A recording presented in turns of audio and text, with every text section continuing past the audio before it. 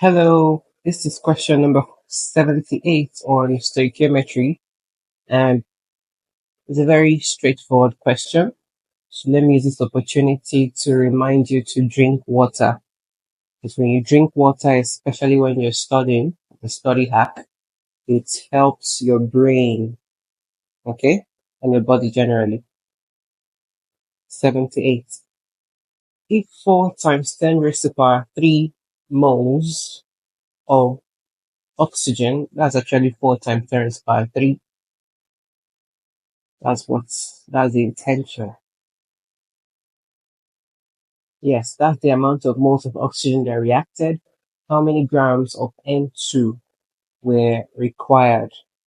All right, so we can see here that from this equation, 1 mole of N2 reacts with 2 moles of O2, right?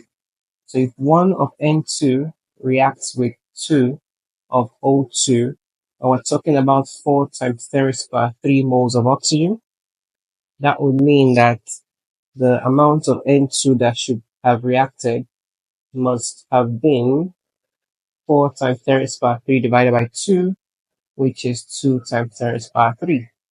This is the moles of N2 that reacted.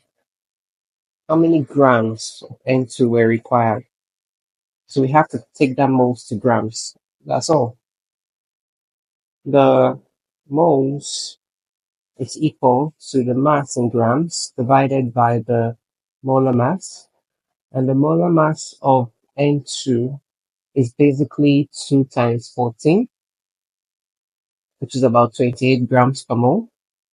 And our mass would just be the moles multiplied by the molar mass. That's basically 2 times 10 to the power 3 multiplied by 28. What would that be? So I have it here. 2 times 10 raised to the power 3 multiplied by 28.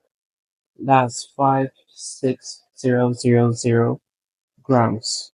And that is the answer to the question. Bye.